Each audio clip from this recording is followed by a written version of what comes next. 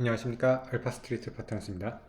2024년 4월 12일 금요일 마감 시장 보겠습니다. 코스피 지수가 0.93% 빠져서 2681로 마감을 했습니다. 어제 상대적으로 상당히 방어를 잘했던 코스피였는데요. 오늘은 또 혼자서 이렇게 빠졌습니다. 역시 어제 이렇게 버틴 거는 선물 옵션 만기에 좀 어느 정도 장난질이 있었다고 이렇게 생각이 됩니다.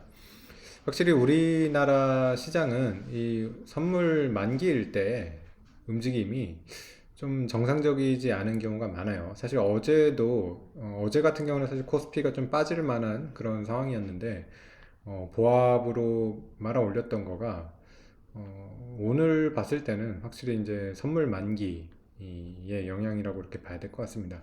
아무래도 포지션 자체가 또 이렇게 아마 반대 이제 개인 쪽이나 이런 쪽이 하락 쪽에 베팅이 많았던 것 같아요. 그러다 보니까 이제 보합으로 어제는 마감을 시켜놨는데 그러다 보니까 오늘 빠졌죠. 네, 어제 못 빠진 게 오늘 이렇게 빠지는 그런 모습이 좀 나오는 것 같습니다. 네, 어제 미국 증시는 나스닥이 좀 크게 올랐어요. 다우는 뭐 보합 수준이었는데 나스닥이 1. 거의 7% 이렇게 가까이 오르면서 상당히 큰 폭의 상승을 보였습니다. 네, 어제 뭐 주 종목들 보시면 일단은 반도체 상당히 좋았습니다. 엔비디아 4% 올랐고요. 브로드컴도 4%, 마이크론도 4%, 네, 이렇게 4%씩 다 올랐고요. 그리고 참 오랜만에 애플이 또 4% 이렇게 올랐습니다. 네, 그래서 어제 미국 이 주요 종목들이 이렇게 좀 4% 이상 이렇게 오른 종목들이 좀 많이 눈에 띄었습니다. 애플 같은 경우는 이제 새로운 맥 시리즈 발표를 한다고 합니다. 그래서 좀 새로운 칩에 대한 기대가 좀 있어요. 그래서 M4 칩이 이제 나올 건데 AI 기능이 상당히 이제 들어간 그런 칩이 나올 거라고 합니다. 그래서 애플이 AI로 참 소외를 많이 받았는데 조금 반격을 할 수 있을지 네, 좀 기대가 되는 그런 상황입니다. 네, 그래서 어제 뭐 미국은 이렇게 반도체 그리고 애플이 이렇게 반등을 하면서 나스닥이 꽤 크게 반등을 했고요. 그래서 오늘 우리 장은 좀 오를 줄 알았는데 네, 또 이렇게 여지없이 이렇게 빠져버렸습니다. 아무래도 이 선물 영향 때문에 좀 이렇게 글로벌 증시랑 자꾸만 다른 모습도 잘 나오게 되는 그런 우리나라 증시인 것 같습니다. 오늘 니케이는 0.3% 정도 올라가지고 그래도 뭐 미국 증시를 조금 따라간 그런 느낌이 있고요. 그리고 지금 유럽 증시 같은 경우는 1% 이상 이렇게 오르고 있습니다. 네, 그래서 최근에 보면 확실히 유럽 증시가 좀 좋은 그런 모습이 많이 보입니다.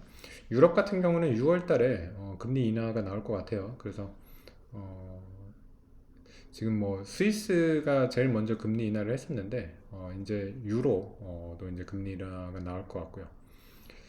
네, 우리도 금리 인하를 해야 될 것 같은데 참 원달러 환율을 봤을 때는 쉽지 않은 그런 상황이 계속되고 있는 것 같습니다. 네, 오늘 우리나라 같은 경우도 뭐 금통위가 있었는데 이창용 총재 말에 따라 가지고 되게 장이 왔다 갔다 했습니다. 결국에는 환율은 좀 이렇게 위로 올라가 버렸는데요. 확실히 1360원대를 넘으면 환율이 좀 위로 많이 튈 거라는 그런 예상이 있었는데 좀 그 예상대로 지금 된 거는 같습니다. 일단은 고점이 1380원까지 이렇게 가버렸고요. 한국은행에서 뭐 그렇게 개입을 지금 하고 있는 모습은 아닌 것 같아요. 그래서 한국은행에서 좀 어느 정도 환율을 지금 용인하는 그런 지금 모습으로 보이다 보니까 환율이 좀 많이 이렇게 올라가는 것 같습니다. 1,400원까지 뭐 열어 놓는다고 하는데 글쎄요, 뭐 어디까지 올라갈지 한번 좀 환율도 지켜봐야 될 것 같습니다. 네, 그래서 환율이 사실 지금 좀 문제긴 해요. 환율이 이렇게 높다 보면 우리나라 이제 물가 상승률도 좀 떨어지기가 힘들 거고요. 그리고 금리 인하도 좀 힘들겠죠. 그래서 우리 지금 경제 상황을 봤을 때는 금리 인하를 해야 되는데 참 금리 인하를 할 수도 없고 네, 그런 계속 어려운 그런 상황이 되고 있는 것 같습니다. 그리고 또 총선이 일단은 뭐 그 여당이 크게 좀 지면서 그동안 좀 추진했던 밸류업이라던가 이런 것들이 다 힘이 빠지는 그런 모습입니다. 그래서 오늘 종목들 보시면 일단은 은행주들 계속해서 빠지고 있습니다. KB금융이 거의 3%, 네, 신한지주도 3%, 하나금융지주는 5%나 빠졌어요. 네, 메리츠금융지주도 3% 이렇게 빠졌고요. 그래서 뭐 밸류업 쪽 기대도 많이 빠졌고요. 그리고 반도체도 오늘 오르지는 못했습니다. 삼성전자 하이닉스도 0.5% 정도씩 이렇게 빠졌습니다. 네. 그리고 뭐 그렇다고 뭐 2차 전지가 좋은 것도 아니고요. 2차 전지도 보면 에너지 솔루션 2% 빠졌고요. 네, 뭐 포스코홀딩스도 1% 정도 빠졌고요. 네. 삼성 SDI도 1.6% 이렇게 빠지면서 2차 전지도 대체적으로 이렇게 빠졌습니다. 네. 그래서 참 국내 증시의 어려운 상황은 계속되고 있는 것 같고요. 코스피가 결국엔 또 2700 또 내줬습니다. 그래서 2681로 마감을 했고요. 음, 네. 그 최근에 이제 고점이 2779였는데 거의 100포인트 가까이 지금 떨어지는 그런 상황이 됐고요. 여기서 좀 반등을 해줬으면 좋겠는데 참이 여러 가지 지금 상황이 만만치가 않아가지고 참 계속해서 어려운 좀 한국 증시 모습이고요.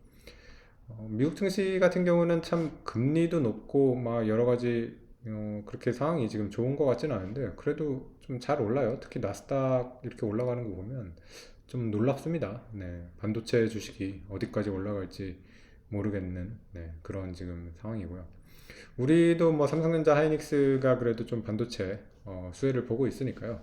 오늘은 좀 빠졌지만은 다시 또 반도체 쪽에 매수가 이렇게 들어오면 우리 증시도 좀 방향을 그래도 돌릴 수 있지 않을까. 네, 그렇게 좀 기대를 해봅니다. 네, 오늘 시간은 여기까지 하겠습니다. 감사합니다.